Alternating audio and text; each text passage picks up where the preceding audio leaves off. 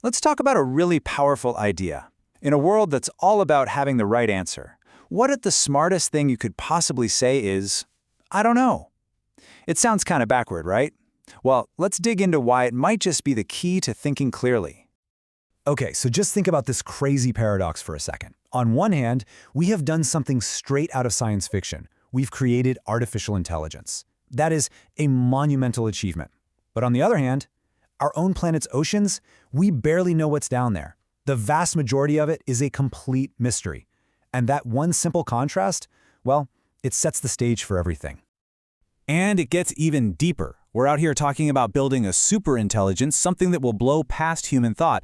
But wait a minute, we still can't explain the very thing that's doing the thinking, our own consciousness. What is it? How does it even work? We've got theories, sure, but no one has the final answer. This huge gap between what we want to build and what we actually understand about ourselves, that is crucial.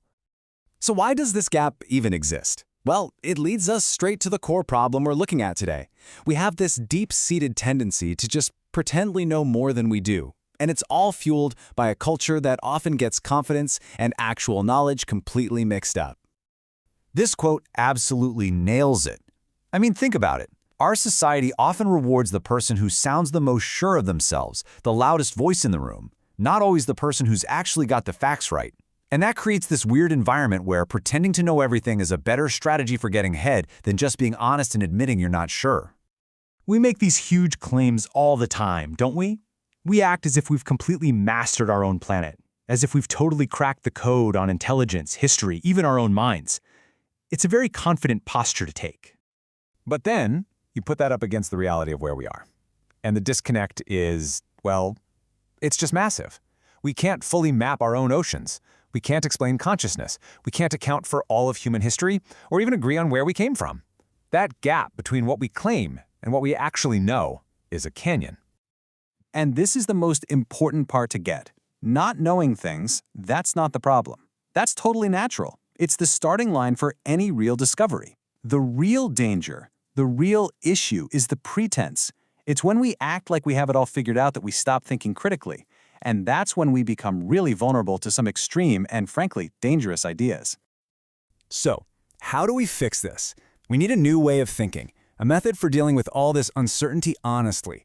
So let's look at a simple but really powerful framework that can bring some clarity back into the conversation. Let's call it a toolkit for truth literacy.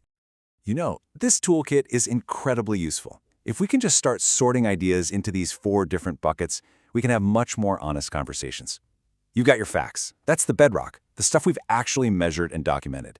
Then there are theories, our best working models, but they're not the final word. Hypotheses are the educated guesses we're still testing out. And then you have the unknowns, and that's where we need the humility to just say, you know what? We don't know yet. Okay, so that's the theory. Let's see how this actually works in the real world. We're going to apply this whole mindset of intellectual humility to 2 huge topics where, let's be real, overconfidence is everywhere. Our understanding of our own planet and the future of AI. First on the list, the ocean test. This is a super simple reality check for anyone who thinks humanity has pretty much achieved total mastery over our world. Just look at that number, over 80%. Let that sink in for a minute. The largest, most dominant system on our entire planet is almost entirely unknown to us. It's kind of crazy, but it's true. We have better maps of the surface of Mars than we do of our own ocean floor.